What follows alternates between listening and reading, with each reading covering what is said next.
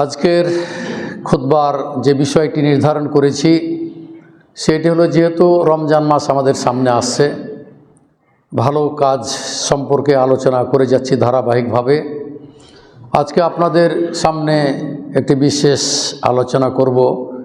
সেটি হচ্ছে যে পিতামাতা যদি সন্তানদের উপরে সন্তুষ্ট থাকেন তাহলে সন্তানদের জান্নাতে যাওয়া সহজ হবে। এই বিষয়ের উপরে আলোচনা করব ইনশাআল্লাহ। আপনাদের সম্মুখে সূরা বানী ইসরাইল, যেটাকে সূরাতুল ইসরা বলি, তার 23 এবং 24 নম্বর আয়াত, এরপরে সূরা লোকমানের 14 এবং 15 নম্বর আয়াত, এরপরে বুখারী বর্ণিত হাদিস 49 74 নম্বর হাদিস, বুখারী বর্ণিত 59 71 নম্বর হাদিস, মুসলিম বর্ণিত 25 51 এবং 52 নম্বর হাদিস, নাসাই হাদিস 1609, নাসাইর হাদিস 31 94 হাদিস 94 নম্বর হাদিস, ইবনে মাজার হাদিস নাম্বার হচ্ছে 36 62 নম্বর হাদিস। বুখারী এবং মুসলিমের আরও অনেকগুলি বর্ণনা আছে। আপনাদের সামনে এই সংক্ষিপ্ত সময়ের মধ্যে ইনশাআল্লাহ কালামুল্লাহর আয়াত এবং রাসূলুল্লাহ সাল্লাল্লাহু আলাইহি ওয়াসাল্লামের বাণী হতে আপনাদের সামনে এই বিষয়টির উপর আলোচনা করব ইনশাআল্লাহ তাআলা। আমরা চলে যাই বিষয়ের মধ্যে। সূরা বানী ইসরাইল অর্থাৎ সূরাতুল ইসরা, এই আয়াতে আল্লাহ তাআলা 23 এবং 24 নম্বর আয়াতে আল্লাহ তাআলা বলতেছেন, ওয়াকাদা রব্বুকা আল্লা তা'বুদু ইল্লা ইয়্যাহু ওয়া বিল ওয়ালিদাইনি ইহসানা ইম্মা ইয়াবলুগান্না ইনদাকাল কিবারা আহাদুহুমা আও কিলাহুমা ফালা তাকুল লাহুমা উফফিন ওয়ালা তানহারহুমা ওয়া কুল লাহুমা কাওলান কারীমা ওয়াকফিজ লাহুমা জানাহা যুল্লি মিনার রাহমা ওয়া কুর রব্বিরহামহুমা কামা রাব্বায়ানি সগীরা। লম্বা আয়াত, দুটি আয়াত, 23 এবং 24 নম্বর আয়াত সূরাতুল ইসরা।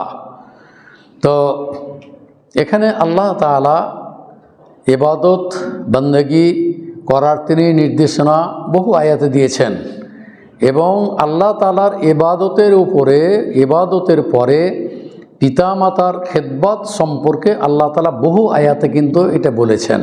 যেমন এখানে বলতেছেন যে ওয়াকাযা রব্বুকা আল্লা তা'বুদু ইল্লা ইয়্যাহু।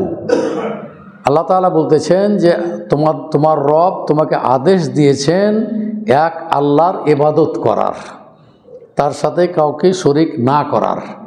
তাহলে আল্লাহর ইবাদতের নির্দেশ দিয়েছেন কে? ওয়াকাযা রব্বুকা, তোমার রব, তোমার প্রভু তোমাকে নির্দেশ দিয়েছেন কি করার? আল্লাহ তা'বুদু ইল্লা ইয়্যাহু, এক আল্লাহর ইবাদত করার। তা আল্লাহর ইবাদত করতেই হবে। ইবাদত না করলে, আজকে যদিও তাফসিরে আমার এই বিষয়ের উপর আলোচনা হবে ইনশাআল্লাহ। তো যেটা বললাম যে আল্লাহর ইবাদত করতেই হবে, এখান থেকে কেউ বের হতে পারবে না। ইবাদত না করলে তার পরিণাম জাহান্নাম, এটি স্পষ্ট কোরআন এবং হাদিসের শব্দ। তারপরে আল্লাহ তাআলা বলতেছেন ওয়াকাযা রব্বুকা আল্লা তা'বুদু ইল্লা ইয়্যাহু ওয়া বিল ওয়ালিদাইনি ইহসানা।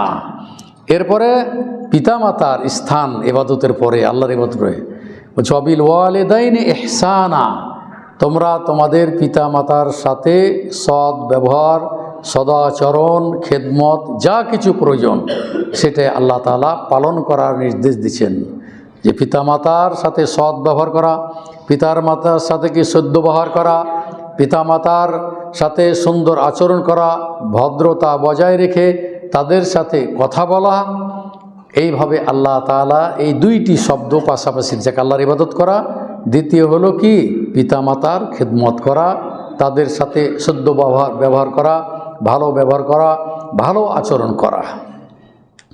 এরপরে বিশেষ করে পিতামাতার বয়স যখন বয়োবৃদ্ধ বয়সে যখন উপনীত হবে, অর্থাৎ যখন বয়স হয়ে যাবে, উভয় পিতামাতা অথবা শুধু পিতা অথবা মাতা, ইম্মা ইয়াবলুগান্না ইনদাকাল কিবারা আহাদুহুমা আও কিলাহুমা, বলা হচ্ছে যখন তোমার পিতামাতা তোমার জীবদ্দশায় বা পিতামাতার জীবদ্দশায় তুমি কি করবে?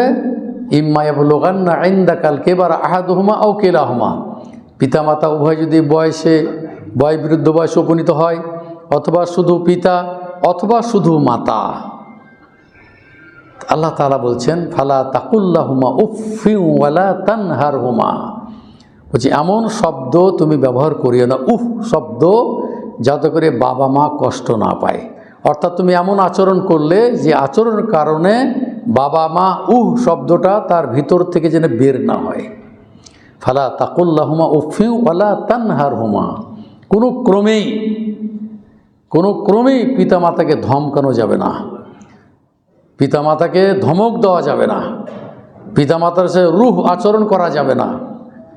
ওয়ালা তানহারহুমা, তারপর আল্লাহ তাআলা বলছেন ওয়াকুল্লাহুমা কাওলান কারীমা, এবং বলা হচ্ছে যে পিতামাতার সাথে তুমি সুন্দর কথা বলবে, তুমি ভদ্রতা বজায় রেখে কথা বলবে। কাওলান কারীমা, এমন বক্তব্য, এমন কথা, কারীমা যেটা হলো কি একেবারে নরম টাইপের কথা বাবা মার সাথে তুমি ব্যবহার করবে। তাহলে ওয়াকুল্লাহুমা কাওলান কারীমা, সন্তোষজনক শব্দ, সন্তোষজনক কথা পিতামাতার সাথে তুমি ব্যবহার করবে। এরপরে আল্লাহ তাআলা বলতেছেন যে ওয়াকফিজ লাহুমা জানাহা যুল্লি মিনার রাহমা, বলছে করুণা, বলা হচ্ছে বিনয়ের সাথে, নরম ভদ্রতা বজায় রেখে, মাথাকে নিচু রেখে, ওয়াকফিজ মানে তোমার ডানাকে বিছিয়ে দিয়ে, এর মানে যে সিজদা করে না, মাথা নত করে না, তুমি তোমার করুণার দৃষ্টিতে মা বাবার সাথে তুমি ব্যবহার করবে, ভদ্রতা বজায় রাখবে।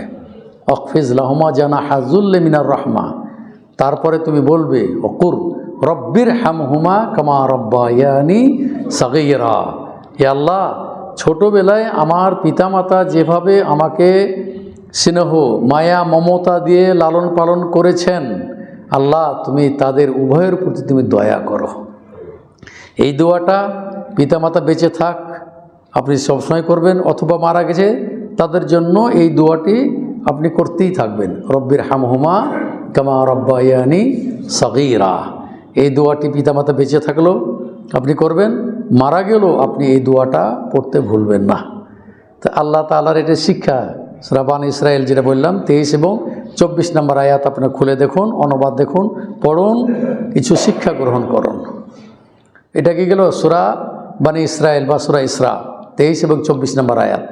এরপরে আল্লাহ তাআলা সূরা লোকমানের 15 নম্বর আয়াতে আল্লাহ তাআলা বলতেছেন যে ওয়াসাহিবহুমা ফিদ দুনিয়া মা'রুফা, বলছে দুনিয়াতে তুমি তোমার বাবা মার সাথে তুমি কি করবে, সুন্দর আচরণ করবে, ভালো ব্যবহার করবে, ভদ্রতা বজায় রেখে কথা বলবে। সূরা লোকমানের কত নম্বর আয়াত বললাম? 15 নম্বর আয়াত। ওয়াসাহিবহুমা ফিদ দুনিয়া মা'রুফা, তুমি এই জীবদ্দশায় এই দুনিয়াতে তুমি পিতামাতার সাথে ভালো ব্যবহার করবে, ভালো আচরণ করবে। আসমা বিনতে আবু বকর, আসমা হলো আয়েশা রাদিয়াল্লাহু তাআলা আনহার বোন। তো তার মা কুরাইশ যুগে তার মা মুশরিকা ছিল এবং মুশরিকা অবস্থায় সে মৃত্যুবরণ, ইসলাম গ্রহণ করে নাই। আবু বকরের স্ত্রী যেটা পরের স্ত্রী এটা না, কিন্তু তার আগের মা মুশরিকা ছিল।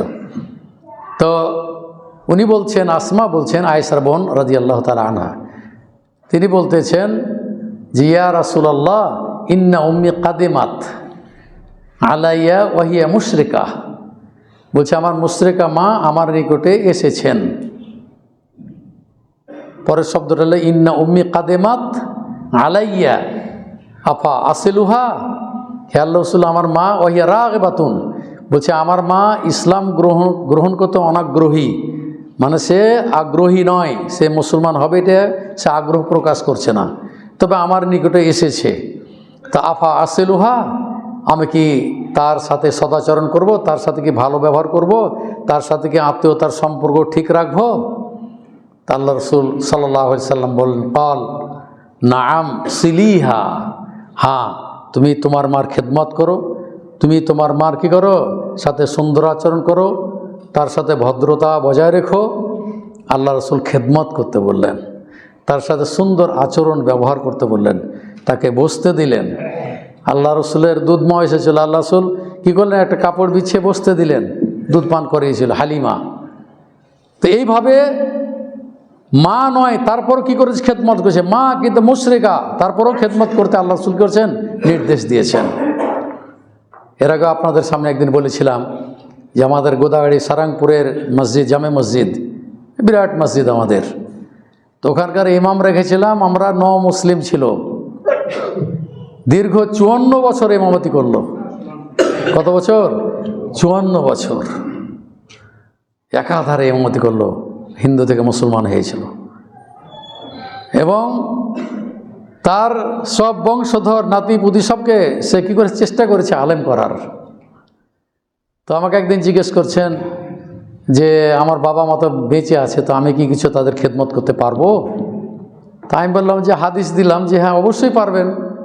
পিতামাতা অমুসলিম হলেও তাদের সাথে কি আপনি সদাচরণ করবেন, তাদেরকে সহায়তা করবেন, কিছু হেল্প করতে হলে হেল্প করবেন, কারণ আপনাকে জন্ম দিয়েছে, আপনাকে জন্ম দিয়েছে।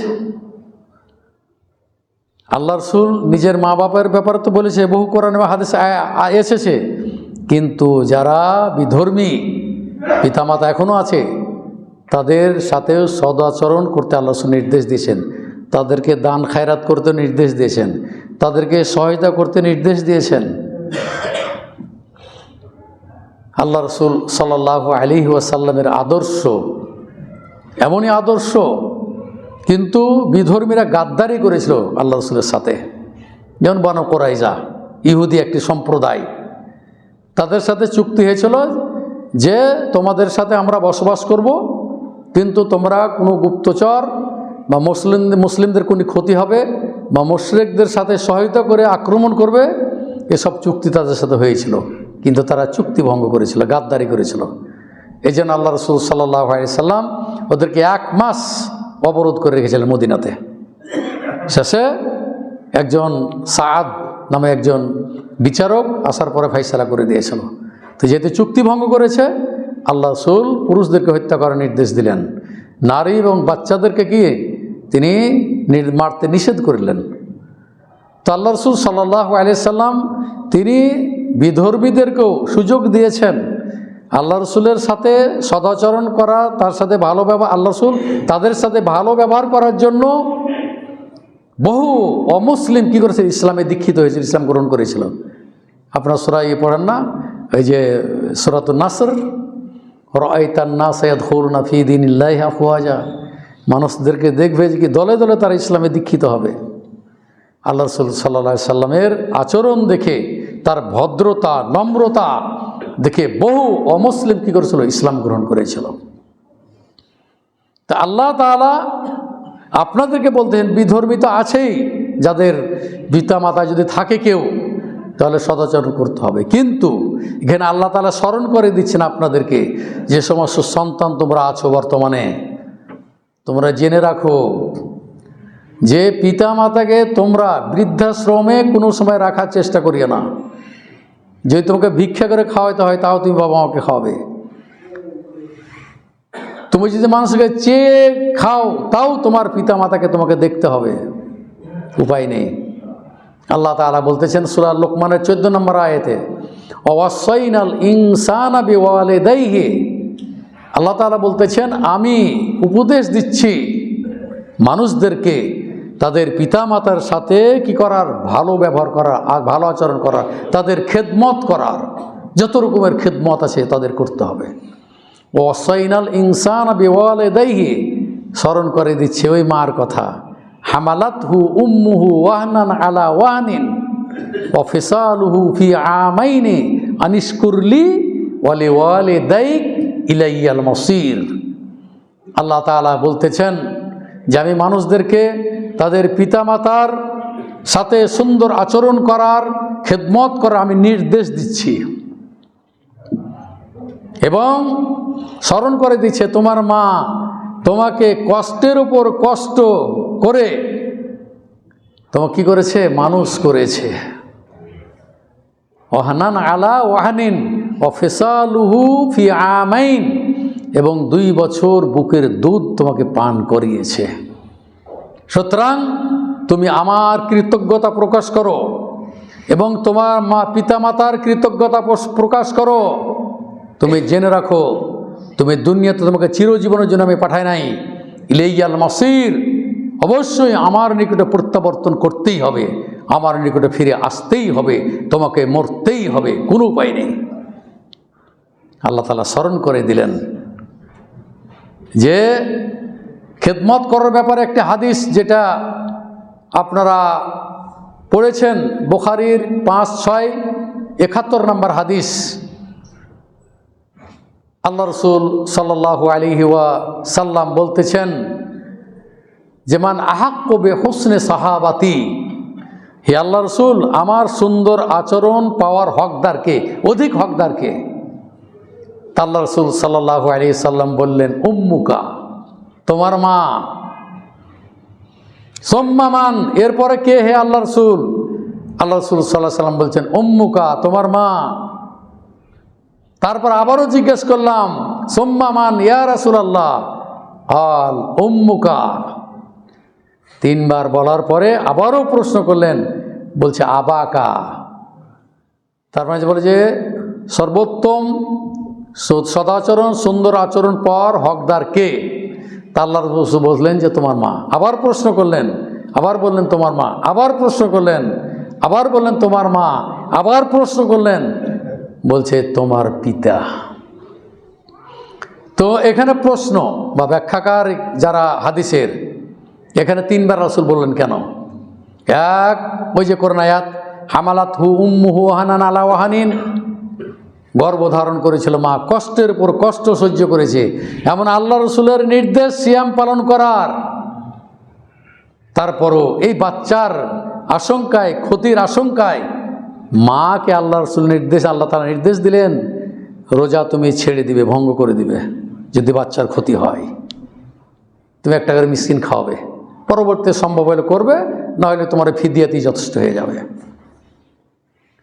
তো এখানে আল্লাহ তাআলা বলছেন ওয়াহানান আলা ওয়াহানিন, কষ্টের উপর কষ্ট সহ্য করেছে মা, গর্ভধারণ করেছে। এবং 2 নম্বর কেন মা বললেন?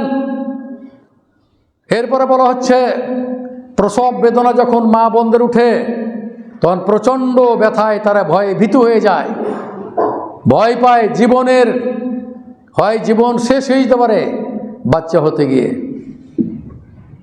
আমাদের নওদাপাড়াতে একটা লোক প্রবাসী ছিল, আসলো, বাচ্চা হবে, ডাক্তারের কাছে নিয়ে যেতে হবে, দিয়ে হলো দুনিয়াতে বাচ্চাটা রেখেই চলে গেল, কিন্তু মা মরে গেল। ওই বাচ্চাটা সিজার করার পরে মা মারা গেল, রক্তশূন্যতার কারণে মা মারা গেল। ওই বাচ্চাটা আল্লাহ তাআলা এখনো বাঁচিয়ে রেখেছে। তাহলে মা তার জীবনটাকে বিলীন করে দিল এই বাচ্চার জন্য। আল্লাহ তাআলা ওইটাই বলতেছেন যে এই গর্ভধারণ করলো, এরপরে প্রসব বেদনা, এতে মা অনেক সময় মারাও যায়। এই জন্য আল্লাহ রসুল বললেন উম্মুকা, তোমার মা হকদার বেশি খেদমত পাওয়ার। 3বার বললেন কেন? আল্লাহ রসুল সাল্লাল্লাহু আলাইহি সাল্লাম সেটাও বলছেন, সেটারও ব্যাখ্যা এসেছে যে ওই যে বুকের দুধ পান করিয়েছে মা 2 বছর, আনিস বলা হচ্ছে ফি আমাইন ফিসালুহু ফি আমাইন, 2 বছর দুধ ছাড়া পর্যন্ত 2 বছর বাচ্চাকে পান করিয়েছে। এখন অনেকেই বলেন যে 2 বছর উপরে দুধ খাওয়ানো যাবে না, এই ফতোয়া অনেকেই এটা দেন। ওই বাচ্চা যতদিন ইচ্ছে দুধ খাবে, কোনো অসুবিধা নেই, দুধ খেতে পারবে। যেটা এসেছে রাজাতের ব্যাপারে, কোনো মহিলা যদি বাচ্চাকে 2 বছর দুধ খাওয়ায়, অর্থাৎ খাদ্যের সময়তে ওই সময় থেকে দুধ খাওয়ায়, তাহলে তার ছেলে মেয়ের সাথে ওর বিবাহ দেওয়া যাবে না। এটা রাজাতের ব্যাপারে এই আয়াতগুলি কি আছে, আয়াতগুলি কেছে নাজিল হয়েছে। কিন্তু মার দুধ বাচ্চা যতদিন ইচ্ছা খেতে পারবে, প্রয়োজনে খেতে পারবে। তো এখানে মা দুধটা হলো একটা অ্যান্টিবায়োটিক। এই যে অনেকে দেখা যায় শাল দুধ যেটাকে বলা হয়, বাচ্চা জন্মের পরে গাঢ় হয়ে যে দুধটা বের হয়, ডাক্তারকে জিজ্ঞেস করুন, ডাক্তার যারা আছে তারাই ভালো বলতে পারবেন, যেটা হলো বাচ্চার অ্যান্টিবায়োটিক। ওটা খাইলে অনেক ওই অসুখে রোধ প্রতিরোধ করে এই এক ফোঁটা দুধে। এই জন্য মার দুধ খাওয়ালে ছেলের পুষ্টি যোগাবে, অনেক রকম অসুখ বিসুখ হতে আল্লাহ তাআলা থেকে রক্ষা করবেন। এই জন্য বর্তমান যুগে দেখা যায় যে মার দুধ খায় না, কোটার দুধ খেয়ে মানুষ করছে, ছেলে পুষ্টিতে ভুগছে, স্বাস্থ্য খারাপ হয়ে যাচ্ছে, বিভিন্ন অসুখ বিসুখ এসে ভুগতেছে। তার কারণ ওই যে মার দুধ খেতে দেয় না। এগুলো হলো আধুনিক পরিবার, বর্তমান পরিচালিত পরিবার এগুলো। কিন্তু আল্লাহ এবং আল্লাহ রসুলের কথার মধ্যে যে কত বড় হিকমত রয়েছে, যে মার দুধ কত বড় একটি ঔষধ, মহৌষধ, যে বাচ্চার যে কোনো পুষ্টি সাধনে সেটা কি করে, কাজে আসে। মা বোন যারা আছেন, বর্তমান যুগের ছেলেরা আপনার বুকের দুধ পান করা দিবে না, সেই ছেলেদেরকে, সেই সন্তানদেরকে বলতেছি যে না, এই ভুল কাজ করে না, মার দুধ খাওয়াইতে হবে, কমপক্ষে 2 বছর তো খাও। তাহলে এখানে আল্লাহ রসুল বললেন যে উম্মুকা, তোমার মা। এই জন্য এখানে মার কথা 3 বার হাদিসে এসেছে। আর পিতা তো বাড়ির অভিভাবক, তাকে সব কিছু দেখতে হয়, সন্তানদেরকে দেখতে হয়, পরিবার দেখতে হয়, হ্যাঁ, সব কিছু তার দায়িত্ব। এই জন্য চারিদিক থেকে সে দোয়া পাবে, ছেলেরও পাবে, স্ত্রীরও পাবে, আরও অন্যর পাবে, দোয়া পাবে সে। এর মানে এই নয় যে বাপ মার থেকে ছোট না, এখানে একটা খেদমত আলাদা, তার খেদমত একটি আলাদা। যে খেদমতটা মা করবে সেটা বাপ করতে পারবে না, বাপ যে খেদমতটা করবে মা করতে পারবে না, কারণ মা সংসার চালাতে পারবে না, পিতাকে চালাইতে হবে। এই জন্য আল্লাহ রসুল সাল্লাল্লাহু আলাইহি ওয়াসাল্লাম এই হাদিসের ব্যাখ্যাতে উলামা ইকরাম এটা করেছেন। এবং পিতামাতার খেদমতের ব্যাপারে যে জান্নাতে যাওয়া যে সহজ, একজন লোক আন্না রাজুলান যা ইলান নবী সাল্লাল্লাহু আলাইহি ওয়াসাল্লাম, এক ব্যক্তি আল্লাহ রসুল সাল্লাল্লাহু আলাইহি ওয়াসাল্লামের নিকটে আসলেন। আসার পরে তিনি বলতেছেন যে আরাতুল গাজওয়া, আমি যুদ্ধ করতে চাই। জিতুকা আস্তাশিরুকা, আমি এসেছি আপনার নিকটে পরামর্শ করার জন্য, আমি যুদ্ধে যাব কি যাব না। তা আল্লাহ রাসূল সাল্লাল্লাহু আলাইহি ওয়াসাল্লাম বলছেন হাল্লাকা মিন উম্মিন, তোমার মা কি আছে? বলছে নাম। বলছে ইলজামহা, তুমি তোমার মার খেদমত করো, তোমার মার কাছে থাকো। বলা হচ্ছে যে ফাইনাল জান্নাতা ইনদা রিজলিহা, যে জান্নাত তোমার মার পায়ের তলে না। এই হাদিস জয়ীফ, তাহাতা উম্মাল হাত, যেটা জয়ীফ আছে, এটা হলো ইনদা রিজলিহা, তোমার মার পায়ের পাশে জান্নাত রয়েছে। এর মানে হলো যে মার যদি তুমি খেদমত করতে থাকো, তোমার খেদমত করতে বললাম, যুদ্ধে যেতে নিষেধ করলাম, এটাই তুমি করো, তোমার মার যদি খেদমত করো, এর বিনিময়ে আল্লাহ তাআলা তোমাকে জান্নাত দিবেন। এটা হলো নাসাইর 31-94 নম্বর হাদিস। এরপরে ইবনে মাজাহ 36-62 নম্বর হাদিসে আল্লাহ রাসূল সাল্লাল্লাহু আলাইহি ওয়াসাল্লাম বলা হচ্ছে যে এক লোক আল্লাহ রাসূল সাল্লাল্লাহু আলাইহি ওয়াসাল্লামের নিকট আসলেন।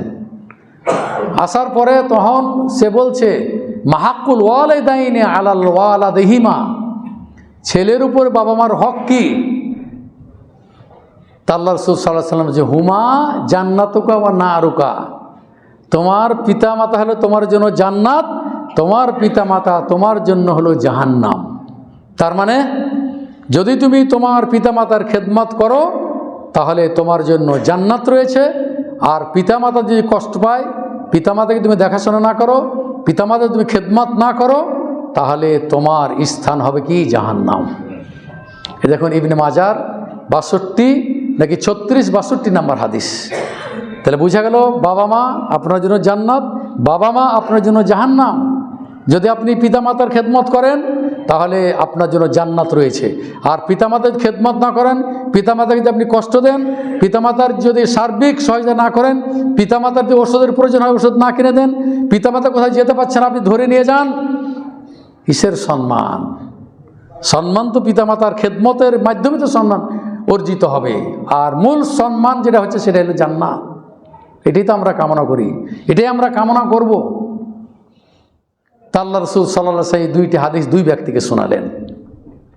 আরেকটি হাদিস আপনাদের সামনে পেশ করছি, সেটা হলো মুসলিমের 25-52 নম্বর হাদিস। আল্লাহ রাসূল সাল্লাল্লাহু আলাইহি ওয়াসাল্লাম বলেছেন, রাগিবা আনফুহু রাগিবা আনফুহু রাগিবা আনফুহু, এই তোমার নাক ধুলায় ধূসরিত হোক, এটা বদদোয়া আরবদের। 3 বার বললেন। কিলা মান ইয়া রাসূলুল্লাহ, হে আল্লাহর রাসূল আপনি কার জন্য এই ধ্বংস কামনা করতেছেন? قال من أدرك والديه عند الكبر أحدهما أو كليهما ثم لم يدخل الجنة। আল্লাহ রাসূল সাল্লাল্লাহু আলাইহি সাল্লাম বললেন, যে ব্যক্তি তার পিতামাতাকে জীবদ্দশায় পেল, অথবা শুধু পিতাকে পেল, অথবা শুধু মাতাকে পেল, তারপরে দুর্ভাগা জান্নাতে যেতে পারলো না। তার মানে কি, পিতামাতাকে পেয়েও সে জান্নাত লাভ করতে পারলো না। অনেক মানুষ দেখেন না পিতামাতার কীভাবে খেদমত করছে, আমরা সচক্ষে দেখেছি। চলে গেছে আমাদের এখানে প্রাক্তন সেক্রেটারি সাহেব চলে গেছেন আবুল কালাম আজাদ রাহিমাহুল্লাহ, তার ছেলেকে দেখেছে ধরে ধরে শেষ রমজান পর্যন্ত নিয়ে এসেছে। কেন রমজানে ধরে ধরে নিয়ে এসেছে, বাপের খেদমত করেছে, তারাবিতেও নিয়ে এসেছে। আমি নিষেধ করতাম যে আপনার সিয়াম পালন করা এই বয়সে উচিত না, আপনি ছেড়ে দেন, একজন করে আপনি ফিদিয়া দিয়ে খাওয়ান। কিছু না ভাই, যতদিন বেঁচে আছি আপনি করবো আর কি। দোয়া করি, আপনার দোয়া করবেন আল্লাহ যেন তাকে জান্নাতবাসী করেন। আমরা আসলে পিতামাতার খেদমতের কথা ভুলে যাই, নিজের সন্তানদেরকে আমরা অগ্রাধিকার দিই। লম্বা হাদিস আছে একটা বুখারীর 49-74 নম্বর হাদিস, সংক্ষিপ্ত আকারে বলি। 3 ব্যক্তি যখন ওই পাহাড়ের একটা গুহাতে আটকা পড়ে যায়, এক ব্যক্তির কথা কেউ বলে উল্লেখ করে শেষ করব। তার অভ্যাস ছিল সে মেষ চড়াতো, ছাগল বকরি নিত মাঠে। তখন তো অভাবের সময়, দুধ খেয়ে মানুষ বেঁচে থাকতো। দুধ নিয়ে এসে সর্বপ্রথমে তার পিতা মাতাকে পান করাতো, তারপরে সন্তানদেরকে খাওয়াতো। আর এখন বর্তমানে উল্টা চলছে যুগ, উল্টো পথে এখন মুসলিম চলছে। আগে সন্তানদেরকে খাওয়াচ্ছে, তারপর বাবা আমাকে পরে দিছে। কিন্তু দেখুন হাদিস, বুখারীর হাদিস 49-74 নম্বর হাদিস, আপনার হাদিসে খুলে দেখবেন কিভাবে খেদমত করেছে সাহাবেরা তাদের বাবা মার। দুধ নিয়ে এসে এইভাবে দৈনন্দিন তার পিতামাতাকে পান করাতো, তারপরে সন্তানদেরকে দুধ পান করাতো। ঘটনাক্রমে একদিন দেরি হয়ে গেল, দেরি হয়ে যাওয়ার পরে এসে দেখছে বাবা মা ঘুমিয়ে গেছে। তখন ওই দুধের গ্লাস নিয়ে দাঁড়িয়ে থাকলো, বাচ্চারা তার পা ধরে কান্নাকাটি করছে, বাচ্চাদেরকে খেতে দিল না। তার অভ্যাস যে আমি বাবা মাকে আগে পান করাবো আমি। ফজরে ঘুম যখন ভাঙলো, তখন বাবা মা আশ্চর্য হয়ে, তুমি দুধ নিয়ে এখনও দাঁড়িয়ে আছো? বাবা বলছে যে আমি তোমাদেরকে আগে দুধ পান করাবো, আমি তোমাদের সন্তুষ্টি কামনা আমি করতেছি। দুধ পান করালো, তারপরে বাচ্চাদেরকে দুধ পান করালো। তো বলছে যে হে আল্লাহ, এই কাজটি যদি করে থাকি একমাত্র তোমার সন্তুষ্টি অর্জনের জন্য আমি করেছি। আল্লাহ তুমি এই গুহার এই মুখটা তুমি একটু সরিয়ে দাও। আল্লাহ তাআলা সরিয়ে দিলেন। তাহলে পিতামাতার খেদমতের কারণে সন্তুষ্টি অর্জন করার জন্য কাজটা করেছিল। আর আল্লাহ রাসূল বলছেন, রেজা রব বে রেজাল ওয়ালিদ, সাখতুর রব বে সাখতিল ওয়ালিদ। পিতামাতা যদি সন্তানের উপর সন্তুষ্ট থাকে, আল্লাহ তাআলাও তার উপরে সন্তুষ্ট থাকবেন। পিতামাতা যদি কি করে, সন্তানের উপর যে অসন্তুষ্ট থাকে সন্তানের উপর, তাহলে আল্লাহ তাআলাও তার উপর অসন্তুষ্ট থাকবেন, তার মানে জান্নাত পাবে না।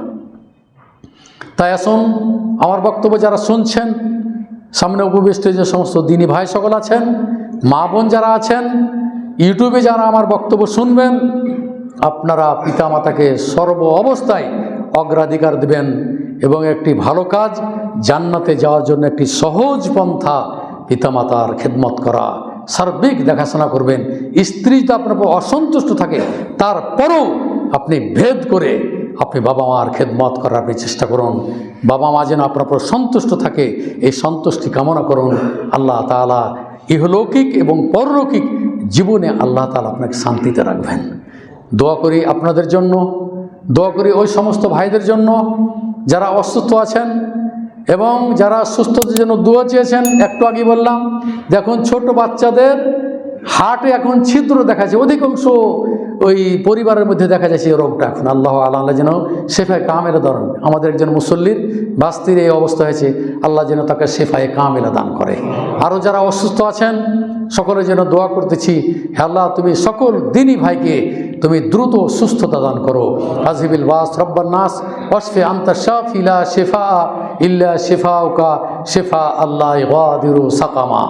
যারা কবরে শায়িত আছেন সকলের জন্য দোয়া করতেছি, হে আল্লাহ তুমি তাদেরকে কবর আযাব থেকে রক্ষা করো, আল্লাহ তুমি তাদেরকে জাহান্নাম থেকে রক্ষা করো, আল্লাহ তুমি তাদেরকে জান্নাতুল ফিরদাউস নসিব করো। হে মহান রব্বুল আলামিন, আমরা যারা এখানে এসেছি মা বোন সহ সকলেই যদি মৃত্যুবরণ করি মুসলিম হিসাবে মৃত্যুবরণ করতে পারি, আল্লাহ তুমি আমাদেরকে সেই তৌফিক দান করো। সামনে রমজান আসছে, রমজানের সিয়াম পালন করতে পারি, আল্লাহ তুমি আমাদেরকে সেই তৌফিক দান করো। যেহেতু শাবান মাস সম্পর্কে আলোচনা হয়েছে, তারপর একটু স্মরণ করে দিচ্ছি যে শবে বরাত নামে কোনো অনুষ্ঠান করা যাবে না, এবং শবে বরাতের নিয়তে একটি সিয়াম পালন করা হয় সেটাও করা যাবে না। সেই রাত্রিতে হাজারো রকমের ইবাদত বন্দেগী করলো কোনো রকমের উপকৃত হবেন না, কারণ এটা হলো জয়ীফ হাদিস। আল্লাহ রাসূল সাল্লাল্লাহু আলাইহি ওয়াসাল্লাম বলছেন, এটা আল্লাহ রাসূলের নামে সম্পৃক্ত করা হাদিসটি জাল হাদিস, যে ইজা কানাত লাইলাতুন নিসফি শাবান বলেছে কুমু সুমু নাহারা, কুমু লাইলাহা ওয়া সুমু নাহারা, বলছে যখন 15 তারিখ শাবান মাস আসবে তখন তোমরা রাত্রি জেগে জেগে ইবাদত করো এবং দিনে তোমরা সিয়াম পালন করো। হাদিসটি হলো জাল হাদিস। অতএব এই জাল হাদিসের পর আপনার কোনো আমল করবেন না, কোনো রকমের হালুয়া রুটি এগুলো ফিরনি এগুলো করবেন না, এগুলোর কোনো অস্তিত্ব নাই। কখন আল্লাহ রাসূলের দাঁত ভেঙেছিল শাওয়াল মাসে আর আপনি পালন করছেন রমজান কি শাবান মাসে, এগুলো একটা বিভ্রান্তিকর কথাবার্তা। অতএব শাবান মাসের সিয়াম যে সমস্ত ভাইরা করে আসছেন আপনারা করতে থাকুন, যতদূর সম্ভব করবেন এখনও করুন, এবং এই শাবান মাসের 15 তারিখ পর্যন্ত যারা অধিক সিয়াম পালন করছেন তাদের আর করাই প্রয়োজন নাই, যারা করেন নাই তারাও পরও করতে পারবেন। এবং যে সমস্ত মা বোন কাজা সিয়াম আছে 15 তারিখের 15 শাবানের পরে আপনারা পালন করবেন। আল্লাহ যেন আমাদেরকে সহি সুন্নাহ মোতাবেক যেন আমল করার জন্য তৌফিক দান করেন। আজকে আমাদের এখানে তাফসির হবে, তাফসিরে আর 2টা পর্ব আজকে এবং 15 তারিখে ইনশাআল্লাহ রমজানের প্রস্তুতি সম্পর্কে খুতবা দেব, এবং সেদিন তাফসির করে রমজান আগে তাফসির সমাপ্ত করব। আজকে আপনারা আমন্ত্রিত, আপনারা সকলেই আসবেন। আজকে বাদ মাগরিব এখানে তাফসির হবে, আমি সালাত আদায় করব মাগরিবের, এবং সংক্ষিপ্ত করে তাফসির হয়ে প্রশ্নোত্তর পর্ব চলবে। আপনারা সবাই আমন্ত্রিত। আল্লাহ তাআলা আর নিকটে দোয়া করি সমস্ত ভাইদের জন্য যে আল্লাহ তাআলা তুমি দুনিয়া এবং আখিরাতে আল্লাহ তুমি আমাদেরকে ভালো রেখো। রব্বানা আতিনা ফিদ দুনিয়া হাসানা ওয়া ফিল আখিরাতি হাসানা ওয়া কিনা আযাবান নার। রব্বানা তাকাব্বাল মিন্না ইন্নাকা আনতাস সামিউল আলিম ওয়া তুব আলাইনা ইন্নাকা আনতাত তাওয়াবুর রহিম।